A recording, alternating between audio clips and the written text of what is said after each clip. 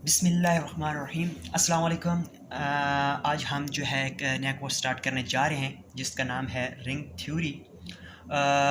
Basically जो ring theory है ये जनरलाइजेशन ऑफ ग्रुप थ्योरी है। और अगर आप चाहते हैं कि आपको अच्छी तरह से रिंग थ्योरी समझ आए तो इसके लिए ज़रूरी है कि आपको अच्छी तरह से ग्रुप थ्योरी आनी चाहिए, क्योंकि वही चीज़ है, उसी की एक्सटेंशन है रिंग थ्योरी, ग्रुप थ्योरी की। तो इसकी जो है ब्रीफ सी हिस्ट्री, बैकग्राउंड यहाँ पे मैं बयान नहीं करूँगा। जस्ट हम इसको लेके चलेंगे रिंग थ्योरी को, और रिंग थ्योरी को। और फिर जो है अगर मैं उसके बैकग्राउंड पे चला जाऊँ तो काफ़ी टाइम कंज्यूम होगा, काफ़ी टाइम लगेगा और वीडियो काफ़ी लेंथी हो जाएगी।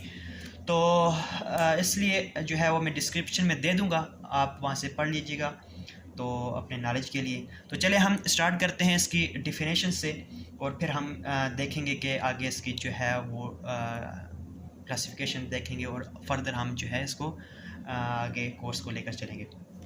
तो चले चलते हैं इसकी डिफिनेशन की तरफ। इसकी डिफिनेशन रिंग की है क्या।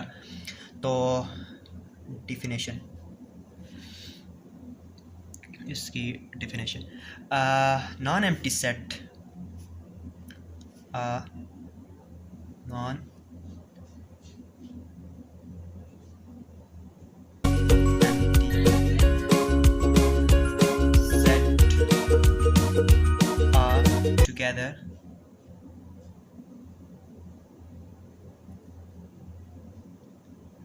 together with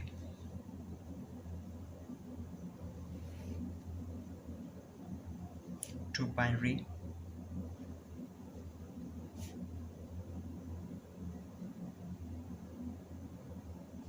operations, namely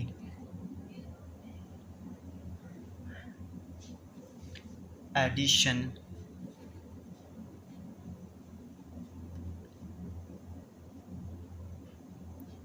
and multiplication, is said to be a ring if, ठीक है। कोई भी हम नॉन एंटी सेट आर, देखिए यहाँ पे हम आर ले रहे हैं, मींस कि हाँ, अगर हम जब भी हम इस कोर्स के अंदर जो है आर की बात करेंगे तो हम जो है वो आर का मतलब, जो कैपिटल आर का मतलब होगा कि रिंग है, ठीक है। कैपिटल आर का मींस रिंग है। ये आर जो है यहाँ पे मैं शो कर रहा हूँ, ये फॉर रिंग के लिए हम यूज़ करेंगे, ठीक है। और ये तो आपको पता है ऑलरेडी कि ये जो है आर फॉर किसके लिए थे जी, रियल नंबर्स के लिए, ठीक है।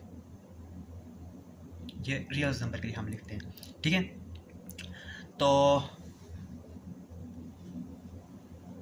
a non-empty set R together with two binary operations namely addition and multiplication is said to be a ring। हम किसी भी आर नॉन एम्प्टी सेट को हम रिंग तब कहेंगे अगर वो ये तीन एक्सियम सेटिस्फाई करे। मीन्स अभी मैं लिखने जा रहा हूँ वो तीन एक्सियम क्या हैं। फर्स्ट वन क्या है जी, वो आर जो सेट है वो अंडर एडिशन क्या है जी, वो एबिलियन ग्रुप बनाए, is एबिलियन,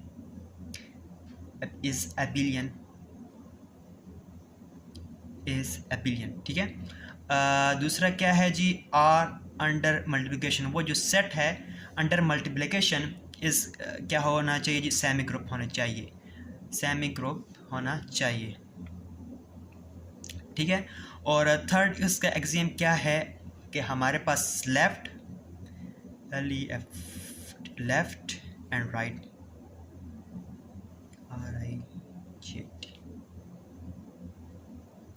left and right distributive law, ठीक है।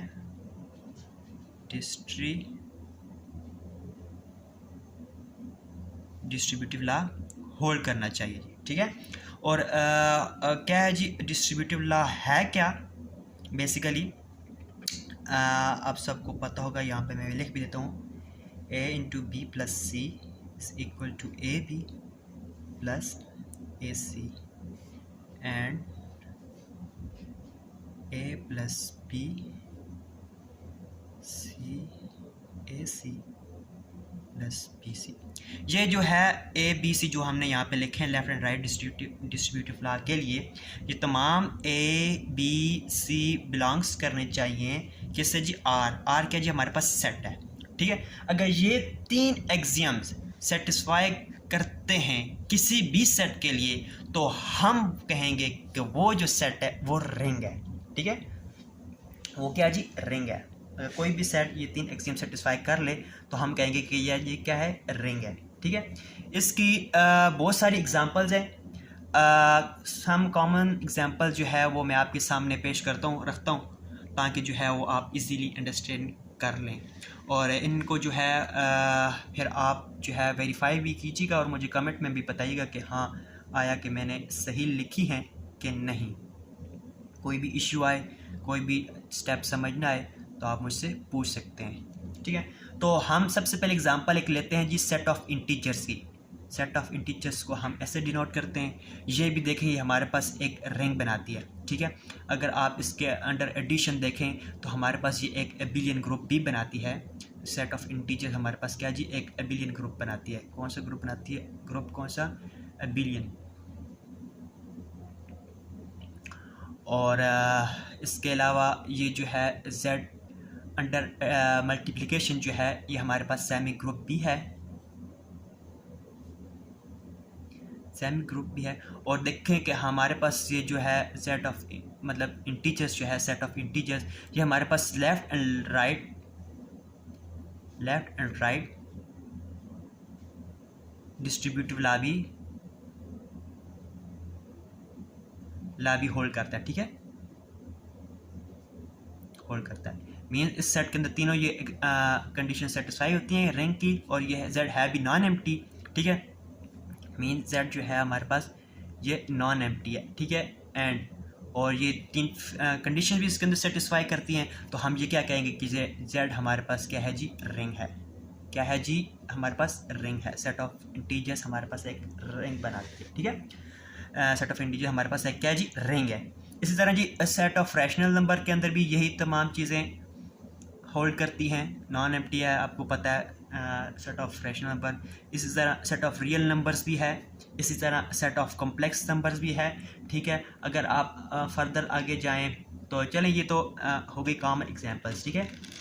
इस तरह आप और भी जो है चीज़ें आपके पास आपको बहुत सारी और भी एग्जांपल्स मिलेंगी, ठीक है, तो वो भी रिंग बनाएंगी। फॉर एग्ज़ाम्पल आप सेट ऑफ zn, ठीक है, set of integers under modulo n, ठीक है, ये भी हमारे पास क्या बनाती हैं जी, एक रिंग बनाती है। इस तरह से आपके पास